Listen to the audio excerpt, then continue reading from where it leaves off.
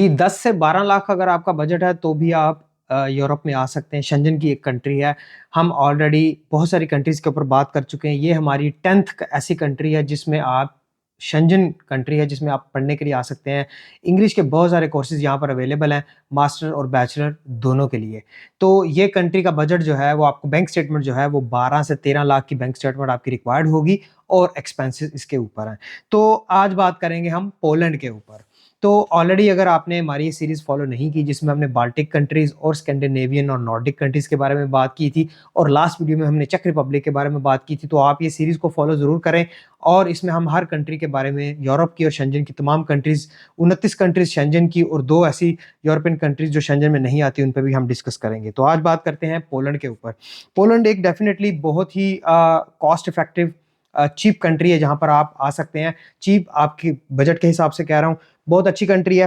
बहुत सारे कोर्सेज़ आपको यहाँ पर इंग्लिश में मिल जाएँगे। तो हम कोशिश करते हैं स्टार्ट से लेकर एंड तक इन 15 सवालों के जवाब जो है वो आपको देने की कोशिश करते हैं। सबसे पहले बात करते हैं कॉस्ट की। तो सबसे पहले आपको यहाँ पर एप्लीकेशन फ़ीस देखने को मिलेगी। पर एप्लीकेशन यहाँ पर आपको 25 यूरो से लेकर 50 यूरो तक आपकी फ़ीस हो सकती है हर यूनिवर्सिटी में एप्लीकेशन सबमिट करने के लिए। मोफा की आपको अटेस्टेशन की ज़रूरत होगी और मोफा की अटेस्टेशन से पहले आपको आईबीसीसी और एचईसी की अटेस्टेशन चाहिए होगी, डिपेंड करता है मास्टर या बैचलर किसके लिए आप अप्लाई कर रहे हैं। तो ये सारे जो एचईसी का प्रोसेस है और आईबीसीसी का प्रोसेस है और मोफा का जो प्रोसेस है वो आपको रफली तकरीबन 20 से 25 हज़ार आपके इस 20-25 हज़ार रुपए आपके इसमें लगेंगे, जो कि रफली बनते हैं तकरीबन 60 से 80 यूरो के आसपास। उसके बाद आपको वीज़ा फ़ीस जो है वो यहाँ पर 100 यूरो देखने को मिलेगी। ये है आपकी कॉस्ट जो आपको बैंक स्टेटमेंट के अलावा दिखानी पड़ेगी। इसके बाद आपको फ़ीस देनी पड़ेगी, लेकिन हम उससे पहले बात करते हैं कि यहाँ पर इनटेक्स कितनी है। यहाँ पर जनरली एक ही इनटेक आपको देखने को मिलेगी जो कि विंटर इनटेक है और विंटर इनटेक के जो एडमिशन है वो स्टार्ट होते हैं जनरली जून से लेकर जुलाई तक बैचलर के लिए और जनवरी से लेकर फरवरी तक मास्टर के लिए। तो आपने इन डेडलाइंस को फॉलो करना है। अगर आप एग्जैक्ट मेरे से पूछें, कुछ कोर्सेज आपको समर में भी देखने को मिलेंगे, लेकिन समर की जो इनटेक है वो बहुत ही छोटी सी इनटेक है। अगेन आइल्स, टोफल, पीटीई सब यहाँ पर एक्सेप्टेड है। एमओआई की यहाँ थोड़ी सी रिस्ट्रिक्शन आपको देखने को मिलेगी, लेकिन चंद यूनिवर्सिटीज़ हैं जो आपको एमओआई की बेसिस के ऊपर भी आपको एडमिशन देती हैं। गवर्नमेंट की वेबसाइट है स्टडी इन पोलैंड के नाम से, उस पे जाकर आप सारी कोर्सेज भी शॉर्टलिस्ट कर सकते हैं और अपनी एप्लीकेशन भी वहाँ पर ही आपकी सबमिट होगी। जनरली वो आपको लेकर जाते हैं यूनिवर्सिटी की वेबसाइट के ऊपर, वहाँ पोर्टल पे आप अकाउंट बनाते हैं और अप्लाई करते हैं। तो अगर आप आइल्स की बात करें तो मिनिमम 5.5 यहाँ पर एक्सेप्टेड है। टोफल की बात करें तो 75 या उससे ज़्यादा स्कोर आपको चाहिए होगा। पीटीई की बात करें तो 60 स्कोर आपको यहाँ पर चाहिए होगा मिनिमम।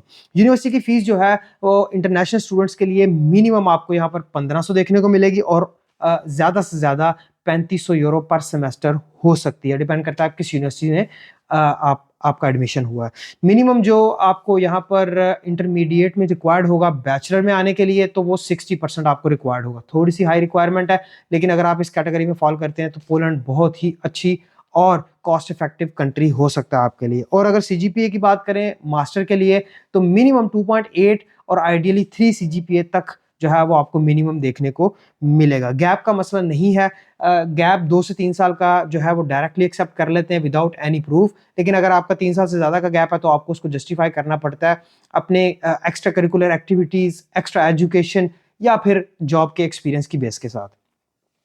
एडमिशन रेशियो यहाँ पर काफ़ी अच्छा है, लेकिन वीज़ा रेशियो यहाँ पर थोड़ा-सा आपको कम देखने को मिलेगा, क्योंकि पोलैंड में आपको अपॉइंटमेंट का इश्यू देखने को मिलेगा। अपॉइंटमेंट तकरीबन ना होने के बराबर मिलती है, लेकिन बहुत सारे स्टूडेंट लकी रह चुके हैं इस साल भी और लास्ट ईयर भी, जिनको अपॉइंटमेंट मिली है और वो यहाँ पर आए हैं। तो इसलिए ये एक डिसाइडिंग फैक्टर हो सकता है, लेकिन अगर आप कोशिश करें तो आपका काम जो है वो पोलैंड में चल सकता है।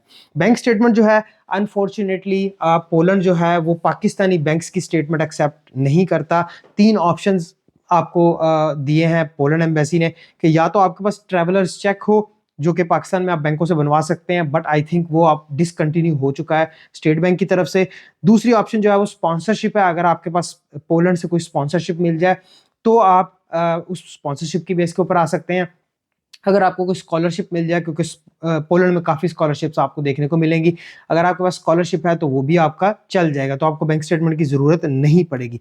चौथा ऑप्शन जो है वो बैंक स्टेटमेंट का, वो क्रेडिट कार्ड की स्टेटमेंट जो है, वो प्रीपेड क्रेडिट कार्ड्स जो होते हैं जिसमें आप पैसे जमा करवा कर उसकी स्टेटमेंट जो है वो बनवाते हैं, ये ऑप्शंस आपको देखने को मिलेंगे फाइनेंसेस को शो करने के लिए। अब इंपॉर्टेंट चीज़ ये है कि फाइनेंसेस कितने चाहिए यहाँ पर आपको तकरीबन 3000 यूरो पूरे साल के लिए और तकरीबन 600 यूरो आपकी रिटर्न टिकट के लिए, तो तकरीबन 3600 यूरो आपको यहाँ पर दिखाने पड़ेंगे और ये बनते हैं रफली 13 से 14 लाख रुपया। तो 13 से 14 लाख की आपको स्टेटमेंट जो है वो चाहिए होगी। और पर आवर वेज यहाँ पर आपको 6 से लेकर 8 यूरो पर आवर देखने को मिलेंगे और 20 घंटे पर वीक काम अलाउ है, तो आप ओवरऑल 600 यूरो के आसपास पैसे जो है वो कमा सकते हैं per month as a student. PSW जो है वो मिनिमम आपको 9 महीने का और मैक्सिमम आपको 12 महीने का यहाँ पर देखने को मिलेगा। तो स्टडी कंप्लीट करने के बाद आप ये वीज़ा 1 साल तक मैक्सिमम ले सकते हैं और इसमें जॉब हंट कर सकते हैं।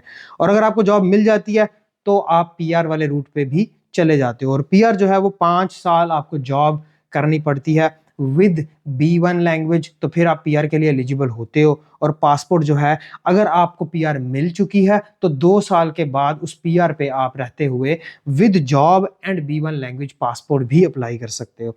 यहाँ पर आपको 5 तरह की स्कॉलरशिप जो हैं वो देखने को मिलेंगी, जिसमें अगेन हमेशा की तरह इरास्मस प्लस एक स्कॉलरशिप है जो मास्टर के प्रोग्राम्स के लिए होती है, फुल ब्राइट मास्टर और बैचलर दोनों के लिए है, और वाइस ग्रेड जो स्कॉलरशिप है वो भी बैचलर और मास्टर दोनों के लिए है। उसके बाद यूनेस्को फेलोशिप है पीएचडी स्टूडेंट्स के लिए, और लेन कर्कलैंड स्कॉलरशिप जो है वो आपको बैचलर और मास्टर दोनों के लिए देखने को मिलेगी। तो आई होप के पोलैंड एक अच्छी ऑप्शन है, आप इसको चूज करेंगे, लेकिन सोच समझ के इसको चूज करें, क्योंकि इसकी अपॉइंटमेंट का इशू आपको पाकिस्तान से देखने को मिलेगा। एम्बेसी पाकिस्तान में है लेकिन अपॉइंटमेंट का आपको इशू देखने को मिलेगा। तो आई होप के सोच समझ के आप डिसाइड करेंगे। अगर आपको पोलैंड आना है तो प्रोसेस हमसे भी करवा सकते हैं, हम भी प्रोसेस करते हैं, लेकिन आइडियली कोशिश करें कि अगर आप वो पाकिस्तानी हैं जो पाकिस्तान से बाहर किसी कंट्री में रह रहे हैं तो पोलैंड एक बहुत अच्छी ऑप्शन है, सस्ते में आप यहाँ पर पहुंच सकते हैं। तो आज के लिए इतना ही, मिलते हैं इंशाल्लाह अगली एक कंट्री के साथ। तो अल्लाह हाफिज।